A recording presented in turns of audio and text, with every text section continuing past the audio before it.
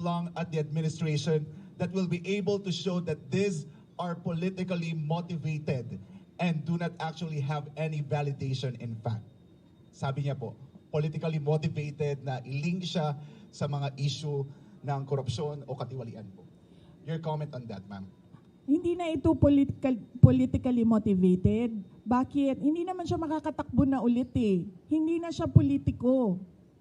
Presidente na siya, and that ends there. Hindi natin alam kung sa 2028 o another 20 years na naman of a BBM, of a Marcos, ano. No. Hindi na siya hinahabol ng mga tao, ng taong bayan dahil politiko siya. Hinahabol siya ng taong bayan dahil wala siyang ginagawa bilang Pangulo. Hinahanap sa kanya yung trabaho niya bilang Pangulo. Follow-up question sa sinabi rin ni President Marcos. He said na politika lang nga ito and sabi niya, gusto nila akong Yan ang sinasabi ko. 'Di ba? Sino ba sa ating lahat ang nagsasabi at nagpaplano ng destabilisasyon? Walang nagsasabi na oust Marcos. Ang merong mga grupo na nagsasabi resign. Yun lang ang the most na sinasabi ng mga tao. At nagtataka ako sa administrasyon, bakit nila sinasabi na destabilisasyon ang pagpapahayag ng mga tao sa galit nila? Kasi hindi yun destabilisasyon. Yun ay freedom of speech and expression. So kahit man mag-rally ang mga tao araw-araw sa EDSA, hindi destabilisasyon yan. Freedom of speech and expression yan. Pagpapahayag yan ng galit mo, paghahanap yan ng accountability, ng transparency sa administrasyon, sa gobyerno. So hindi yan pagpapatalsik sa Pangulo. Kaya lagi ako, kahapon din, yan din yung tanong ko. Kanino ba nanggagaling yung destabilisasyon na salita? Sa administrasyon. Kasi, duda ko, natatakot sila sa posibleng mangyari sa kanila. At alam naman natin na matagal na talaga silang insecure. Noong kampanya pa lang, madami na akong kwento ng yung panggigipit nila sa campaign team ko.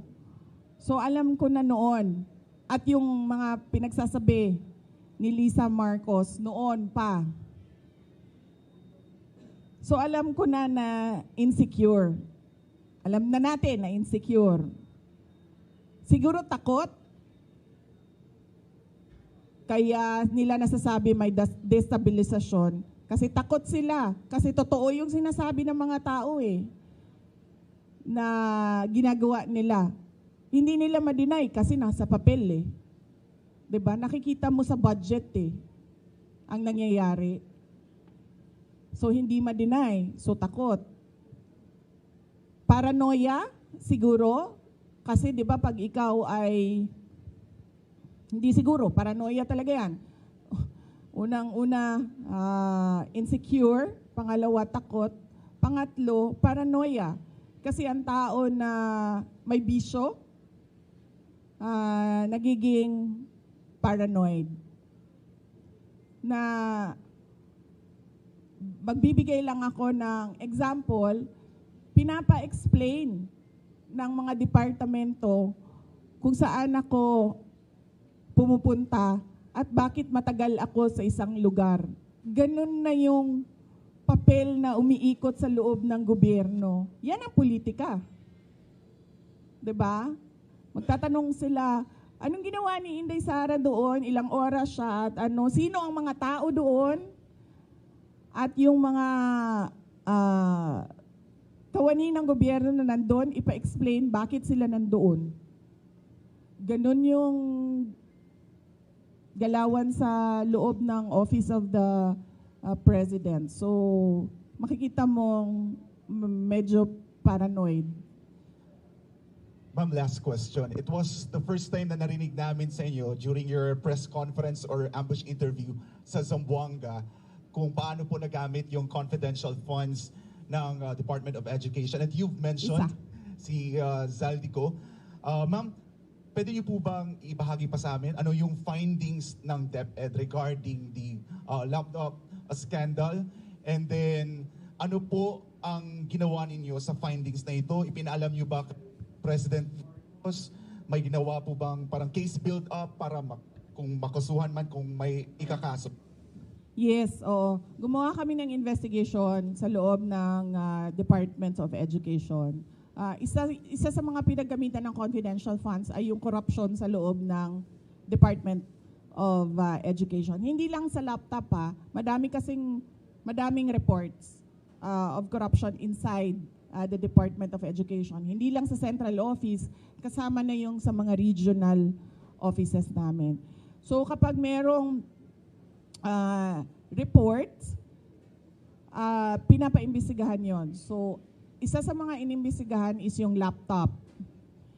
Ang unang ginawa doon is nag-request ng fraud audit sa Commission on Audit.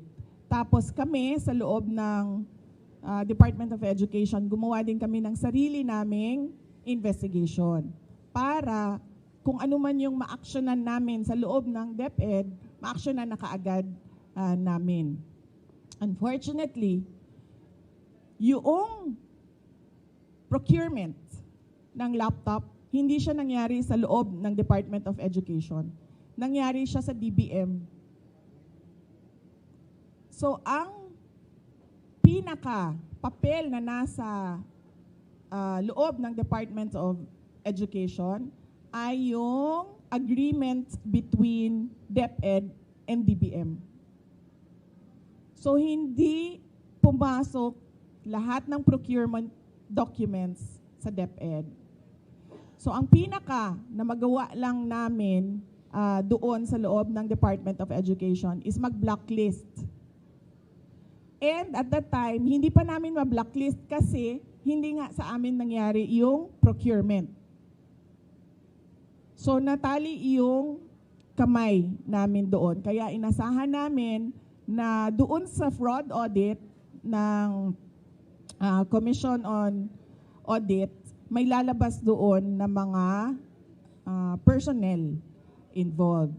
At doon sa Blue Ribbon Committee na investigation, kung maalala nyo, may nangyaring Blue Ribbon Committee investigation sa Senate, sa laptop, ginamit namin yon sa loob ng Department of Education para isa-isahin kung sino yung mga personnel involved na under sa mga tao involved doon sa Senate Blue Ribbon investigation. Diyos ko, akala mo ba yung presidente natin nagtatrabaho? Hindi nagtatanong yan at all. Hindi, I swear to the flag, si BBM, hindi yan siya. Nagtatanong ng trabaho at all. Kaya napansin nyo ba, walang direksyon yung governance at walang direksyon yung iba't ibang departamento. Bakit? Kasi he doesn't give he doesn't command. He doesn't command, he doesn't ask, he doesn't say that, look, there's a Philippine development plan and what are you supposed to do about this? Akala nyo ba yung ginawa ko sa DepEd, galing yun kay Bibi? Hindi, akin yun. Lahat. Kasi he did not give any orders at all. So pag upo ko doon, sabi ko sa mga kasamahan ko, sa mga USEC at ASEC, I think this is our show.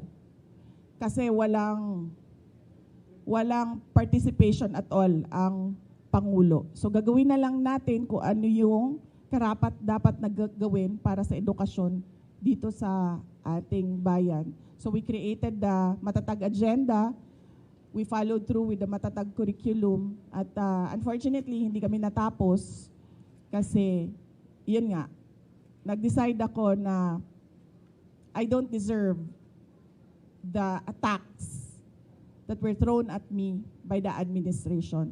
Kasi ako na nga lang siguro yung kaisa-isa dong nagde-deliver para sa cabinet ni BBM. Tapos ganun pa yung gagawin nila sa akin. O di, nung nawala ako, adi wala na. Wala na siyang accomplishment at all. Thank you very much, Vice President. Due to limited time, sorry kasi we'd like to request naman the Vice President to give a message. Ma'am, baka you have a message for World Pandesal Day and to the public. Thank you for all yes. Happy World Pandesal Day sa inyong lahat. Nagpapasalamat ako sa oras at panahon ng ating mga kaibigan sa media sector ngayong umaga na ito dahil nakasama namin kayo sa World Pandesal Day. At maalala ko nung kabataan ko, ang pandesal ay 25 centavos. So, yun yung childhood ko. Yes. 4 na pandesal sa piso. Yun yung childhood ko. 1980s. Wow. Yes. So, unfortunately ngayon, hirap na ang mga tao na bumili man lang ng 4 na pandesal. If at all, meron silang maibigay sa anak nila, isang piraso na pandesal. And we deserve better.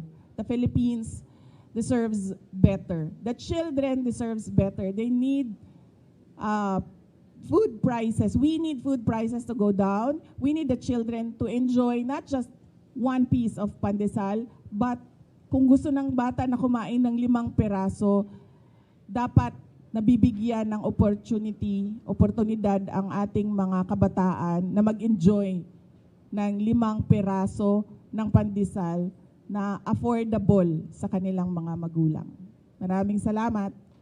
Thank you.